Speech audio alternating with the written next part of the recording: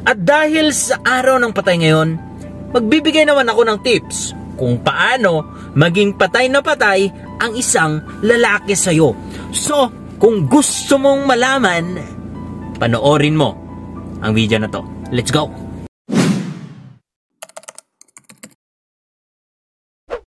Kaibigan, para maging patay na patay ang isang lalaki sa'yo, dapat merong kaming nakikita sa'yo na nagugustuhan namin. Ngayon, the good thing is that kaya mo itong i-provide, kaya mo itong magawa, para kapag nakita ng isang lalaki, surely, maging patay na patay siya sa'yo.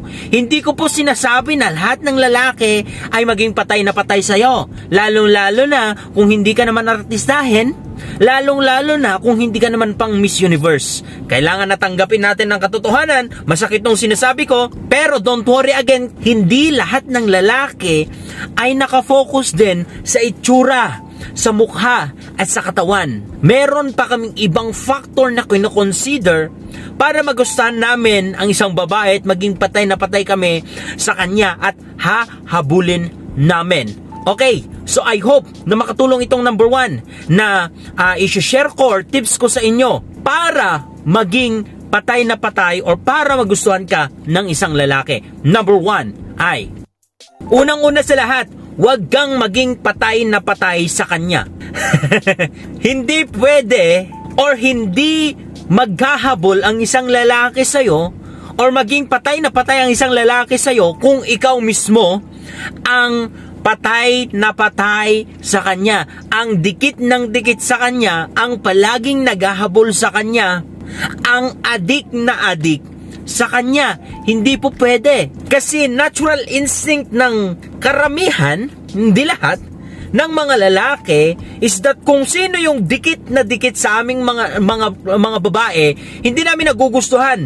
Yung babae na parang medyo masungit, na hindi naman sobra, or babae na, hindi madaling makuha, is that yun yung mas ginugusto namin. Kasi nga, sabi ko, meron kami instinct na isang hunter. Gusto namin yung wala sa amin at yung nahihirapan naming kunin.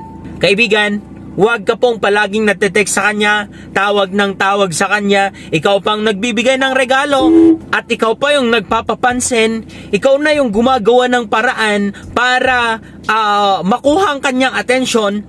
Lahat na yun, hindi ko sinasabing kasalanan, pero yung value mo sa amin bumababa. Maniwala ka sa hindi.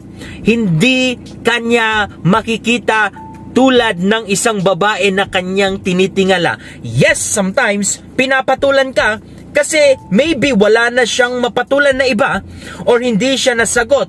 Pero yung idea na seseryosohin ka at papahalagahan ka ay wala dahil ikaw mismo hindi mo pinapakita ang respeto at halaga mo sa sarili mo. Nakukuha niyo po ba? Kaya kaibigan, kung gusto mo na maging patay na patay siya sa'yo, unang-una sa lahat, huwag kang maging patay na patay sa kanya. Number 2 na dapat mong gawin para maging patay na patay ang isang lalaki ay umiwas na dumikit or maging close sa maraming lalaki. Hindi po masama ang makipagkaibigan. Pero trust me, as a man, ayaw namin, hindi man lahat, pero karamihan sa amin, ayaw namin yung babaeng masyadong close sa maraming lalaki. Masyadong nakadikit sa maraming lalaki. Yes, makapagkaibigan ka, pero meron sanang boundaries. Merong pagitan. Hindi yung umasta ka na parang jowa mo, na parang may something sa inyo, na parang, nakadikit ka ng nakadikit na, that? Not being judgmental, sa akin, I don't care. Yung mindset ko, I don't care. Pero, nagsasalita ako as nire-represent ko yung karamihan na mindset ng ibang lalaki kasi ganyan ako dati. Ayaw namin yon, nakaka-turn off. Kasi feeling namin ay wala tong babae na to, masyadong dikit sa mga lalaki. And yung pagiging judgmental nila, isipin nila na wala to, baka nakuha na, baka naikama na ng lalaki na yan, baka nalasing na yan, nilasing nila, ay tinira na nila. Yun yung magiging mindset nila. Hindi ko sinasabing tama. Pero para maging safe ka din at para din sa'yo. And hindi po kasi maganda yun. masyado kang dikit sa mga lalaki, especially sa mga babae na, you know, parang tigang na tigang ng atensyon ng tao or ng isang lalaki. Please. Sabi ko nga, hindi siya pagiging judgmental and there's nothing wrong na makipagkaibigan, pero dapat mag-set ka ng boundaries. Okay? Number 3 na tip ko ay huwag maging easy to get. Kung gusto mo na maging patay na patay siya sa'yo, huwag kang madaling makuha. Sabi ko nga, sa aming mga lalaki, ang pinapahalagahan namin ay yung babae na pinaghirapan namin, pinag-i-effortan namin, pinag-i-investan namin, siya yung papahalagahan namin. Hindi po yung babae na napakadaling makuha na isang alak lang ang katapat, isang rosas lang ang katapat, isang cake lang ang katapat. Once again, I'm sorry kung masasaktan kita, pero sinasabi ko lang ang katotohanan for your own sake, para din sa'yo. Kung gusto mo na seryosohin ka, kung gusto mo na pahalagan ka ng isang lalaki, huwag kang easy to get. Isang text niya lang, nakaw, tira na naman. You know me, I am against sex outside marriage. It's not because sinabi ng Bible, yes, yun yung basehan ko, pero yung impact kasi, yung magiging resulta, ikapapahamak mo. So kaibigan, wag po maging easy to get. Wag po maging easy maikama. At hanggat maaari, umiwas, makipag-inuman sa mga lalaki, especially kung hindi mo sila kilala, even kaibigan mo pa sila. Kung alam mo inside na manyakis sila, please, in the first place, hindi ka dapat nakikipag-inuman. Period. Hindi ko sinasabi na, kasi ang common sense or ang mindset ng karamihang lalaki, especially kapag kagagawan nila, kapag ang babae nakikita nilang nakikipag-inuman sa mga lalaki, especially kung siya lang ang natitirang mag-isang babae, wala na yan. Nagalaw na yan. Kinama na yan. So yung value mo bumaba. Hindi magiging patay na patay ang isang lalaki sa'yo. Ang tendency, ang tingin sa'yo ay isang laruan lang, hindi sineseryoso. Look, hindi ko po kayo sinasaktan na intentional, sinasabi ko lang ang katotohanan. Kung magbago ka at ayusin mo yung buhay mo, bigyan mo ng respeto at honor yung sarili mo, and then your value will follow to go up. That's it.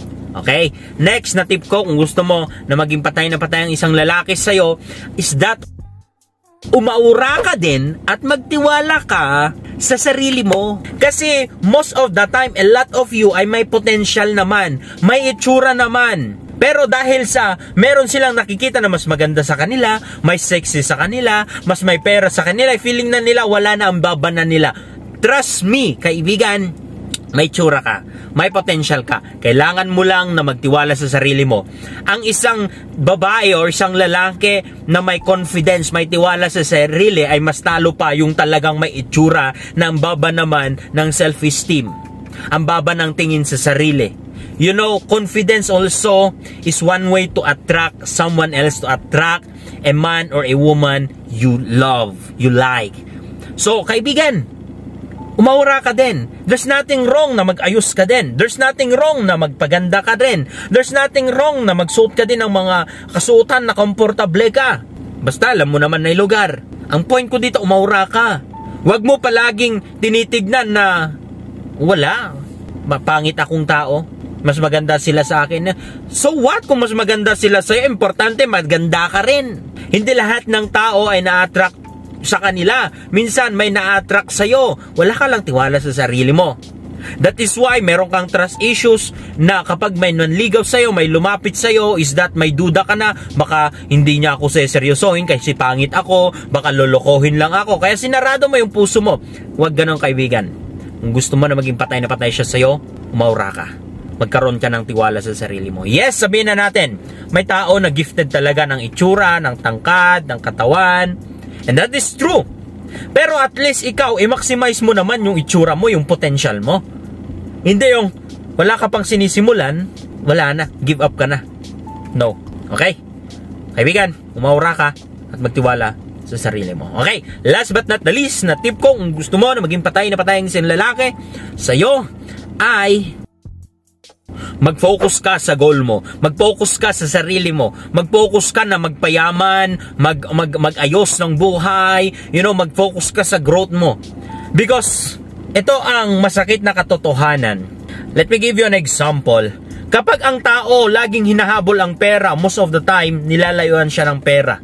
Kapag ang tao hinahabol ang kayamanan, most of the time, nilalayuan siya ng kayamanan. The reason ay sinabi ko na mag-focus ka sa sarili mo, mag-focus ka magpayaman, hindi sa pagiging mayaman yung habulin mo, kundi yung magkaroon ka ng mindset, mag-invest ka ng knowledge kung paano ang mindset ng mga mayayaman, paano mag-business. That's my point. Hindi yung habol-habulin mo po pera kasi lalayuan ka niyan. Ganon din ang tao. Kung sino yung palagi mong hinahabol, most of the time sila pa yung mailap sa'yo. Sila pa yung ang hirap makuha. Sila pa yung talagang parang wala ng pag-asang magiging sa'yo.